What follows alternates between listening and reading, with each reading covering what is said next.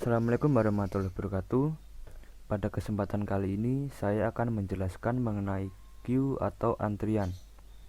Sebelumnya perkenalkan, nama saya Fajar Haji Prayoga, kelas Informatika 11 dari Universitas Amikom Yogyakarta. Pada kesempatan kali ini saya menjelaskan queue atau antrian ini bersama dengan teman saya, yaitu Rama Bagus Satria. Langsung saja, apa itu queue? Queue adalah kumpulan data di mana penambahan data atau elemen hanya melalui satu sisi, yaitu sisi yang paling belakang. Lalu untuk penghapusan data atau elemen hanya melalui sisi yang paling depan. Mari saya ilustrasikan. Di sini ada gambar sebuah antrian yang kita anggap sebagai queue. Lalu misalkan kita akan memasuki antrian ini. Untuk memasuki antrian kita harus masuk dari sisi yang paling belakang atau antrian yang paling belakang. Tidak bisa kita langsung menyerobot ke tengah maupun ke antrian yang paling depan. Lalu begitu juga dengan orang yang berada di antrian paling depan. Ketika urusannya sudah selesai, maka dia akan pergi keluar antrian atau terhapus dari antrian, seperti itu. Lanjut, perbedaan stack dengan queue. Bagian depan dari queue selalu menempati posisi pertama dari array. Misal kita memiliki queue dengan antrian atau isi data yaitu A, B, C, dan D.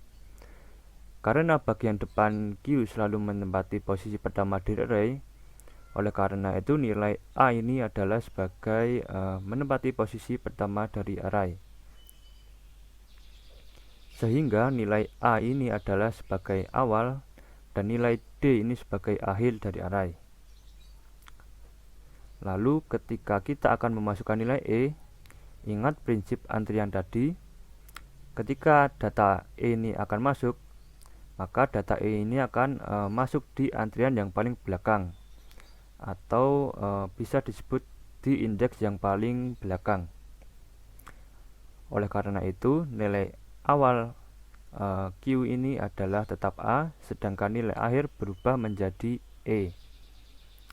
Lalu untuk penghapusan, seperti prinsip antrian tadi juga, data yang akan dihapus itu adalah data yang paling depan. Data yang paling depan di Q ini adalah A, sehingga A ini keluar dari Q atau array. Sehingga nilai awal ini berubah menjadi B dan nilai akhir tetap E, tetapi berubah di indeks ke 012, berubah di indeks ketiga, seperti itu. Lanjut, Q dengan linear array. Q dalam keadaan kosong dapat kita lihat Q ini kosong. Oleh karena itu nilai awal Q ini adalah di -1 dan juga nilai akhir Q ini di -1, karena indeks -1 itu tidak ada, sehingga nilai di dalam Q ini kosong. Lalu ketika A, B, dan C dimasukkan, yang pertama masuk itu adalah A. A menempati indeks ke 0, lalu B masuk dari indeks yang paling belakang yaitu 1, lalu menyusul C masuk di indeks yang paling luar. Karena B ini berada di indeks 1, maka C masuk di indeks yang paling luar yaitu di indeks kedua. Lalu nilai awal adalah A berada di indeks 0 dan nilai akhir adalah 2 yaitu C. Lalu untuk penghapusan elemen, ingat prinsip antrian tadi, yang dihapus adalah data atau yang paling depan, seperti itu. Karena kita menghapus dua elemen, kita lihat dua elemen terdepan yaitu A dan B. Oleh karena itu, karena elemen A dan B ini dihapus, maka tinggal elemen data C yang tertinggal di Q, sehingga C ini sebagai nilai awal dan akhir Q yang sama-sama berada di indeks ke 0. Lalu ketika D, E, F dan G dimasukkan, masih sama seperti tadi, melanjutkan antrian setelah C.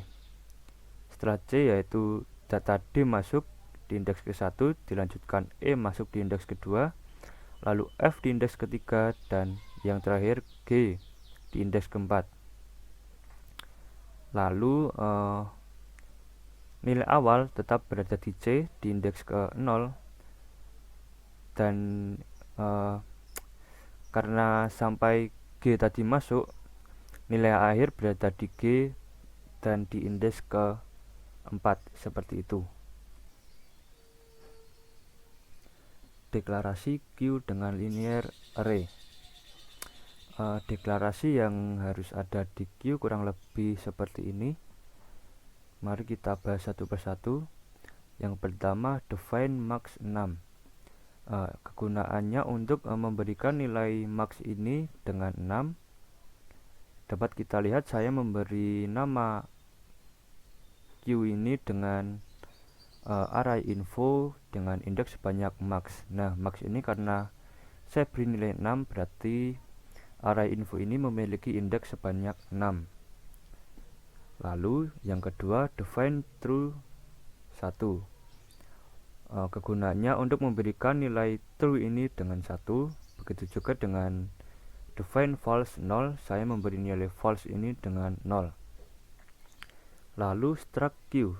Struct Q ini nantinya kita struct Q ini kita isi dengan info-info mengenai Q. Sebagai contoh, char info max ini adalah nama dari Q tersendiri. Lalu yang kedua, int awal untuk mendeklarasikan nilai awal, int akhir untuk mendeklarasikan nilai akhir. Lalu selanjutnya struct Q entry. Nah, struct Q entry ini nantinya diisi dengan nama-nama operasi yang akan dijalankan di Q. Yang operasi-operasi ini nantinya akan dijelaskan oleh teman saya, Rama Bagus Satria. Perkenalkan, nama saya Rama Bagus Satria Prasanto dari Informatika 11, dan di sini saya akan melanjutkan penjelasan dari teman saya Fajar Aji Prayoga. Deklarasi QW dengan linear array. Nomor 1, fungsi int, yaitu untuk membuat QW kosong. Nah, di sini ada contohnya QW yang baru aja dibuat. Ini indeks 0 sampai indeks 5. Yang kedua adalah fungsi full, yaitu untuk mengecek apakah QW sudah penuh atau belum. Pengecekan QW full atau tidak dengan cara mengecek nilai akhir sama dengan maksimal QW atau belum. Kita lihat nilai akhir QW adalah C dan berada di indeks kedua, sedangkan nilai full ada di indeks kelima, oleh karena itu belum full. Nah, di sini ada QW, indeks 0 adalah A, indeks 1 adalah B, indeks 2 adalah C. Nah, di sini di belakang indeks 2 ini kan belum ada, jadi belum full, belum ada elemen. Lalu yang ketiga ada fungsi mty, yaitu untuk mengecek apakah QW sudah berisi data atau belum. Nah, kalau ini akan mengecek apakah QW sudah berisi data atau belum. QW di atas sudah terisi dengan data A dan B, yaitu pada indeks ke-0 dan ke-1.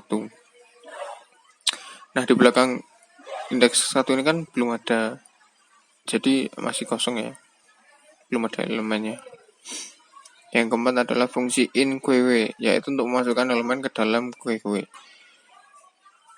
Kalau fungsi ini yaitu untuk memasukkan elemen baru. Nah, di sini kan ada yang indeks ke-0 ada A, indeks ke-1 ada B, indeks kedua ada C.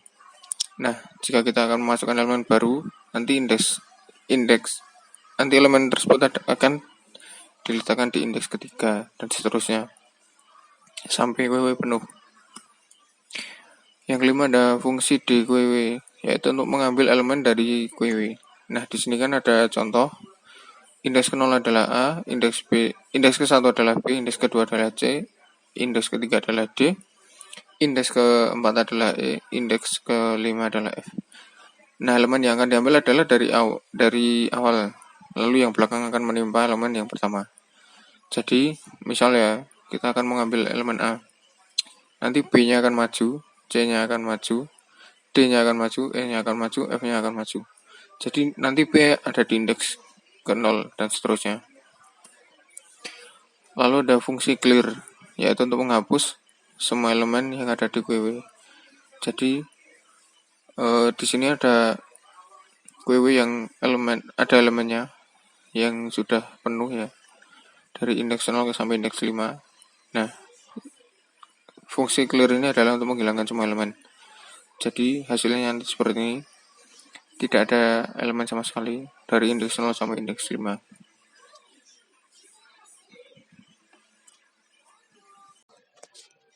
Terima kasih atas waktunya penjelasan dari kelompok kami, Fajar Adi Prayoga dan Rahma Bagus Satria Prasanto.